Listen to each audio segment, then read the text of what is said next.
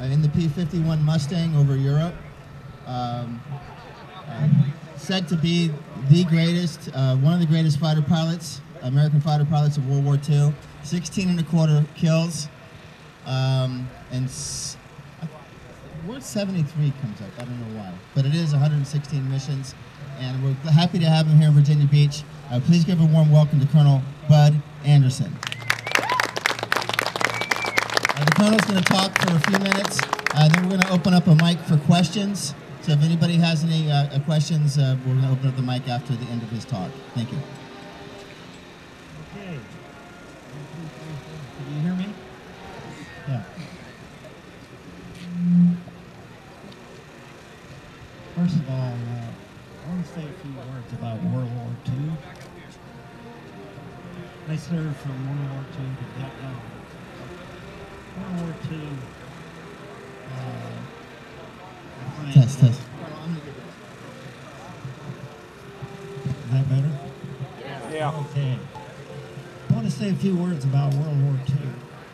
You know, World War II was a pretty big deal. You've heard the words, World War II is the best of times and the worst of times. Well, what was the best of times? The United States was in, you got that right? It feels like it's feeding back, but can you hear? Okay. We were in a depression, and we could see a world war was coming, and we had Republicans and Democrats in those days too, you know. And we had some people that were the isolationists that said we shouldn't be in this war. And everybody could almost see it coming and say, hey, if there was a war that had to be fought, World War II was probably it.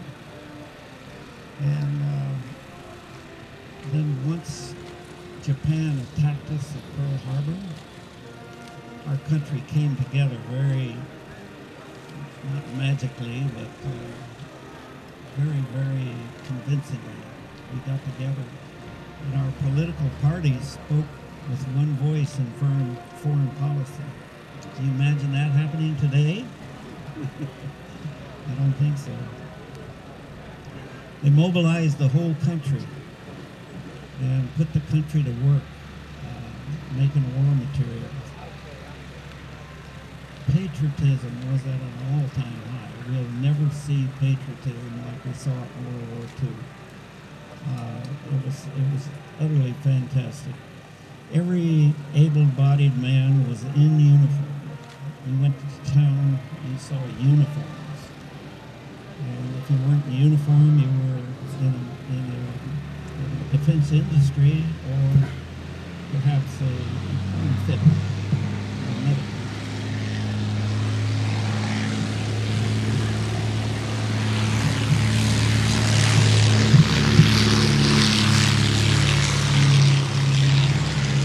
And you remember me talking about jobs. Well, this is where the women got into the workforce. I mean, we put our women to work. And, you know, they haven't looked back since, I don't think.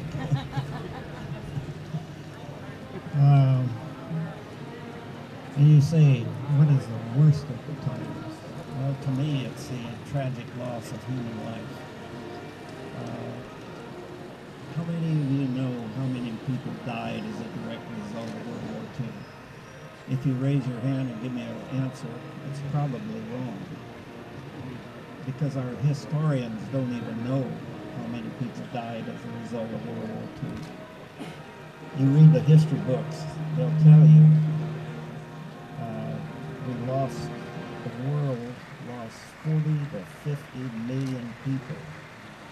Now those are figures that I cannot comprehend. I read one book that said 72 million people died as a direct result of World War II. These are figures that I can't, you know, I just can't understand them. So to get it down to a level that I can understand personally, I take my squadron that I flew with in World War II, trained here in the United States, and then we went over to England and flew the war in Germany, over Germany, European theater. We had 28 pilots, and when it was all over, exactly 50% of them were either killed or prisoners of war. And those are very, very high casualties. And a lot of you won't know, you think of the war, you think of the Marine Corps as the, you know, the first ones into combat, and they take all the losses. Well, the 8th Air Force, the one I served in, out of 17 air forces, the 8th Air Force alone lost more casualties, killed, than the entire Marine Corps did during World War II. Casualties were the tragedy of World War II. I'm going to tell you one little war story, and then we'll have some questions and answers if you want. Each question will probably last 10 minutes too. This is a story of how I got my first kill, my first victory, so to speak. And you know, I went through the normal training that they had in those days, and primary, basic training and advanced flying school. Got out. They wanted pilots everywhere, so I wanted to be a fighter pilot. So I went to the Bay Area and joined a fighter pilot replacement training group. Learned how to pilot, be a fighter pilot in a P-39, and then something magic happened. I didn't know the importance of it. I was selected to be part of a brand new fighter group, brand new fighter squadron that was going to train in the United States and fight the war submarine, 357 fighter group. And we've got some competition coming here. And being on the ground floor meant that I would be a flight leader. I'd be out in front. And we trained around the United States here, and various bases. Then we went to deployed to England, and then another thing happened that was important. I learned that we were going to get the brand new P-51, the B model, the one with the Merlin engine in it. And I didn't know the importance of that. I'd never flown one. We hadn't even flown one, let alone see one. And it was a great airplane. And what it meant during my combat, I would have the advantage of having this Mustang. And so we got over in England in November of 1943. We started flying in February, and that's when Jimmy Doolittle took over the 8th Air Force. And he changed the policy that they had in those days. They told us when we first got there that we were supposed to stay with the bombers, fly formation with them, be right on top of them. They wanted to see us. And when the enemy came in, we were supposed to drive them away and come back. And it really wasn't the way to do it. And General Doolittle took over the 8th Air Force. He had a different background. And he said, from now on, when you engage the enemy, you take them to the ground and kill them. In the spring of 1944 is the time people, our historians, generally agreed we broke the back of the Luftwaffe, which allowed the invasion of Europe and the eventual downfall of Germany. It took everybody to win World War II. No single thing was important. But the arrival of the Mustang and Jimmy Doolittle's decision to attack the German pilots rather than defend the bombers, so to speak, was a significant thing in defeating the Luftwaffe. He took a lot of flack. He was called a murderer and you know, a traitor and things like this, but it was the way to do it. What we did is we destroyed we killed so many of their pilots that they lost their strength. We took the core out of the Luftwaffe. And that allowed the bombers then to go and safely bomb all these things we wanted to bomb. Okay, get to the war story. So my first kill. You know, you wonder about yourself when you get into combat. Are you going to fight? Are you going to run? Or are you going to, what are you going to do? You know, you talk about fear. I remember that I was more afraid of screwing up than I was dying, to tell you the truth. You know, if you're a flight leader, you're responsible, and but you still, when you get out there and it's going to be 1 versus 1, kill or be killed, you know, how are you going to react? How are you going to do that? And so it was in March of '44, and we'd been to Berlin once. I think this was another Berlin mission. And our group was starting to get kills now. And, you know, here I'm a flight leader, Bud Anderson. I haven't gotten a kill yet. I'm wondering about myself. You know, am I going to do this? I had chased a couple of them to 18,000 feet and broke off and come back. But now we have the new policy. So I had a flight of 4, and we had finished our escort duty, and we were on our way home, and another flight of 3 or 4 joined me, our group, a different squadron, and we were on our way home, and I saw these 2 B-17s up here, stragglers trying to get home. They were smoking. I think there was only one. And they were smoking, definitely in trouble, down low, trying to get back to England. And here we come up with 7 or 8 Mustangs. I was leading, so I said, let's go over and bring them out to the coast. And as I did that, started over, I looked over, here comes 3 ME-109s, bellied up to us, so they didn't see us. And they're going after the stragglers. Big mistake. Hungry fighter pilots right behind them. And so I'm leading. I said, by God, I'm going to get one of these guys is going to be mine. And so I got on him. Now, it was down at low altitude. And I didn't know that ME-109 in the hands of a good pilot could give a Mustang a hard time down low. We had a lot of advantage. We were faster, we could go higher, and we were very maneuverable. And of course, we had the fuel. We could stay up forever. Longest mission I ever flew was 6 hours and 55 minutes on D-Day, but the normal mission was about 4.5 hours. So I engaged this guy, and we're getting into a turning dogfight, and I can't really get on his tail, and I'm wondering what the heck's the matter with me. You know, I didn't have any trouble doing this, and I was coming at him at a very high angle off, you know, 90 degrees, which is an impossible shot. And I needed to get underneath, and then he'd come around and he'd get a high angle shot at me. Just the circles just weren't concentric. And finally I decided, I'd been to 3 gunnery schools. I knew how to shoot. And I said, you know, the next time that guy comes around like that, and I'm out here, you know, at a steep angle at him, I'm going to pull my nose through him. I won't be able to see him. He'll be underneath me. And I'm going to fire a burst out there and hope he flies through the bullet stream, you know. It would have been a hell of a lucky shot if I'd done it. But so next time I come around, here he comes. I suck it around, fire a thing. He comes through. He's streaming coolant.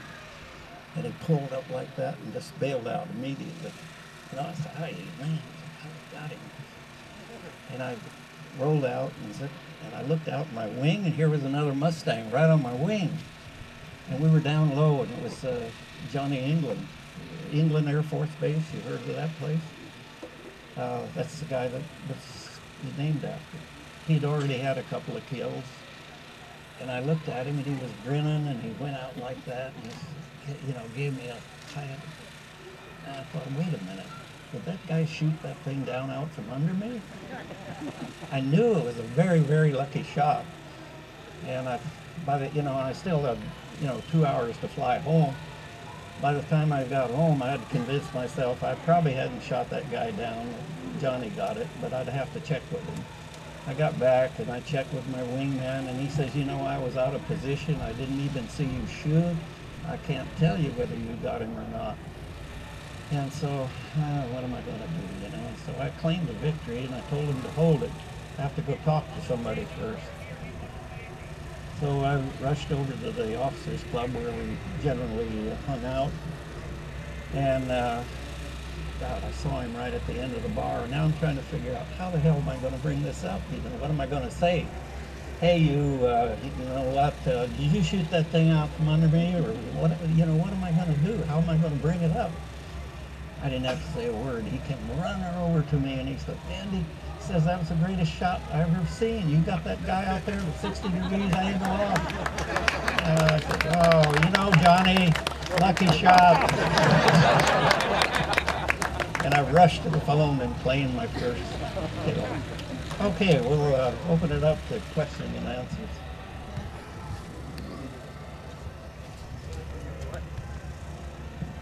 So everybody can hear the question. If you wouldn't mind, if anybody has a question, come up to the mic and speak right into the mic, please.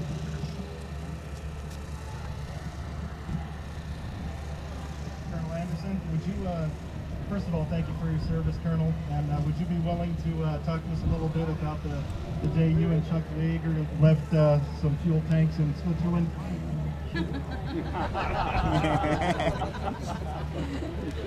I was afraid somebody's going to ask that. The other one I'm afraid of is, how'd you get the name Old Pearl for your airplane, too?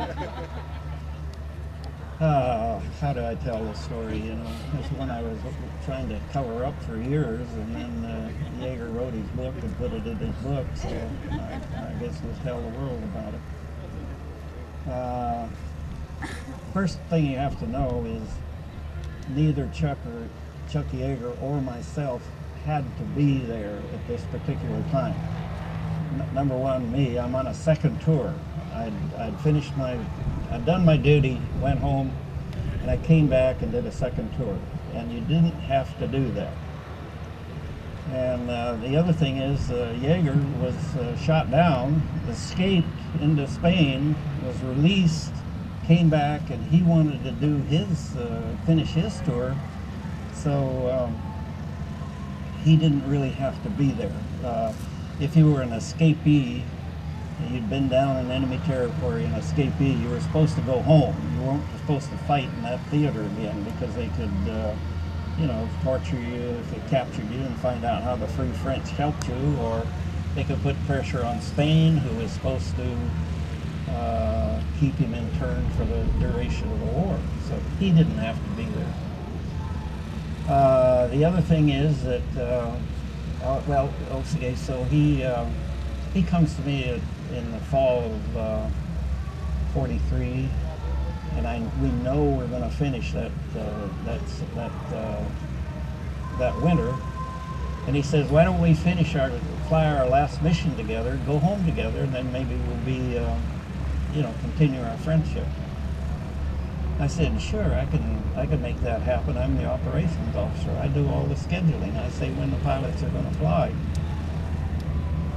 So a little later on, he comes to me and he says, "You know, it sure would be hell to get shot down on your last mission." He says, I got an idea." He says, when we go on our mission, let's fly as spares, the guys that go along behind. You know, you send 16 airplanes out, you send 2 spares, and if somebody aborts, somebody turns around for whatever reason, then you're supposed to fit into that spot.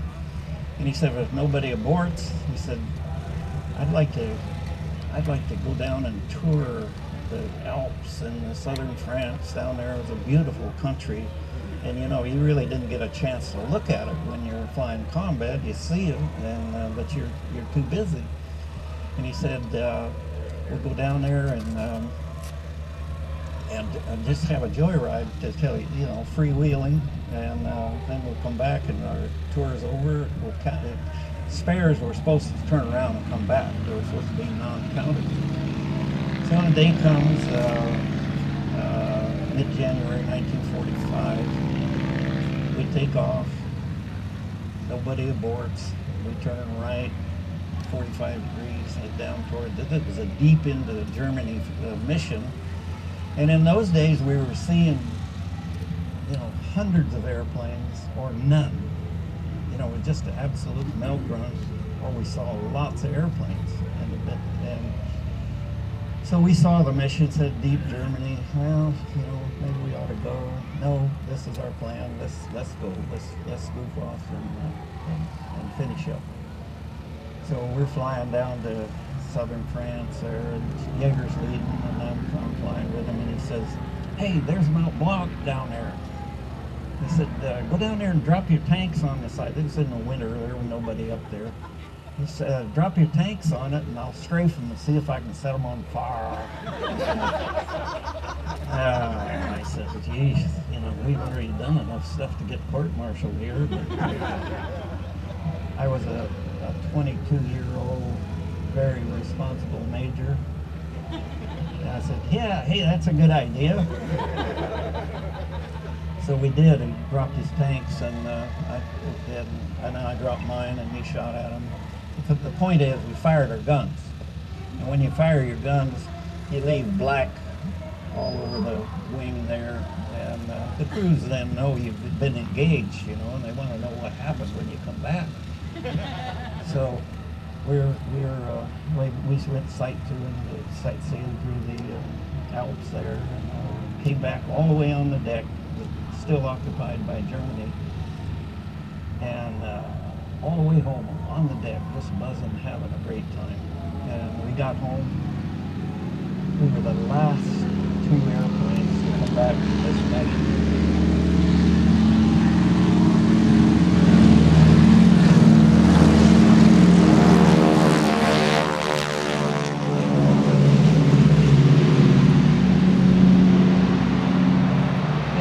This is a great little airport, isn't it?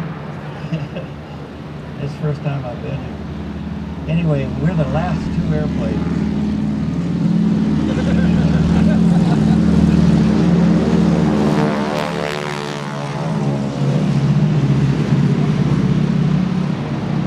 T6 is our big competition.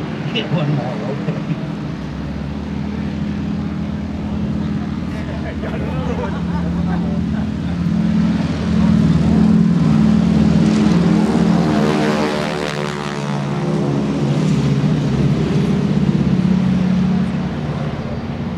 Okay, so I'm taxiing down and landed.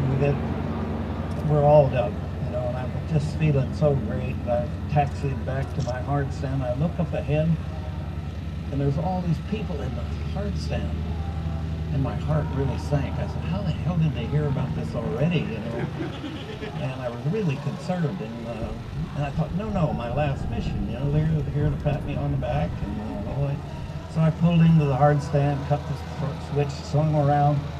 Crew chief got up on the wing and he says, "Andy, the group shot down 57 airplanes. How many of you did Chuck get today?" And that's the story how Chuck Yeager and Bud Anderson missed one of the biggest air battles of World War II.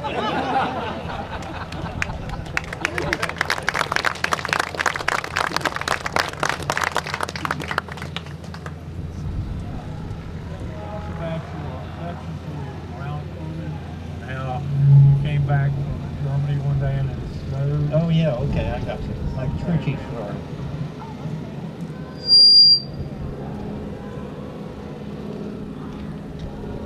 T6s are very hard to compete with.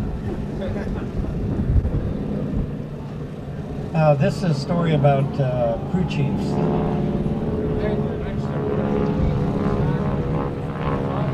How many of you guys out here work on airplanes and do things like that? Well, you know what I'm talking about. Crew chiefs never get any, never get any of the glory. Nobody even heard of it, you know.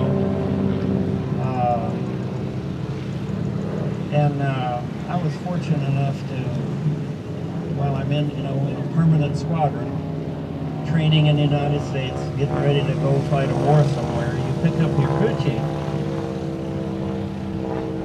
And so you get to know him, and he knows you, and he knows that airplane, and he takes care of that airplane personally for you. It's the best way to do it. I mean, I've been in the Air Force for 30 years, and they went to socialized maintenance back to crew chief, and you know, many times. So crew chief, this is really great.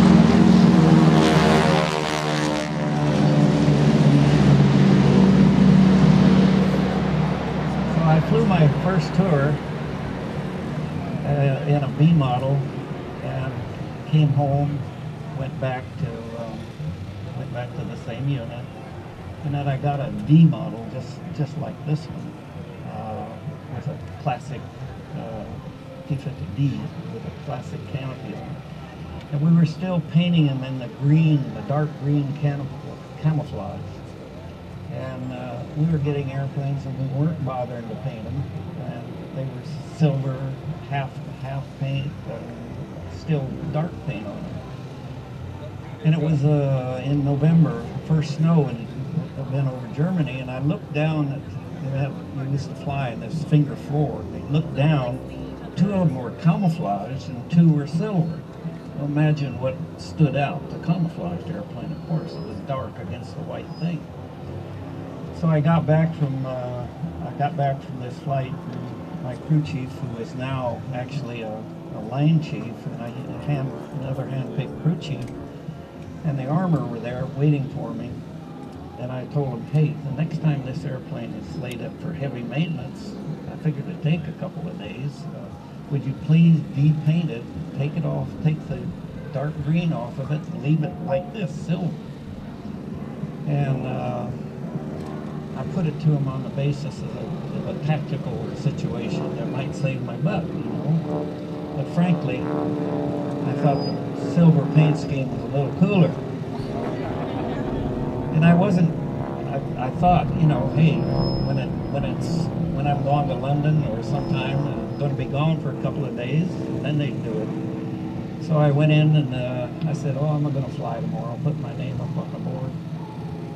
And came out in the morning, had my parachute, walked up over the revetment and looked down, and here's this airplane in gleaming aluminum. And I thought, holy smoke. And the 3 of them were kind of standing there, the tension. I looked at their hands, and they were raw. They had used 145 grade fuel and did, you know, to clean all that. They started working that afternoon, worked straight through the night, and had it ready to go there. And I felt like I felt like a jerk. I said, did they think I gave them a direct order to do that? And then I thought about it a little bit, you know, and I said, no, those guys, they wanted to do that. That was their part, you know, they're not doing the dying. And it's just the way they were. Some of them were a little older than we were, and some of them were about our same age. But, you know, think about it a little bit. If you were a crew chief and your airplane went down for any reason whatsoever, those guys were so dedicated, I just can't believe it. My hat's off to the crew chiefs of the world. Okay? And I can't remember over there being short of anything.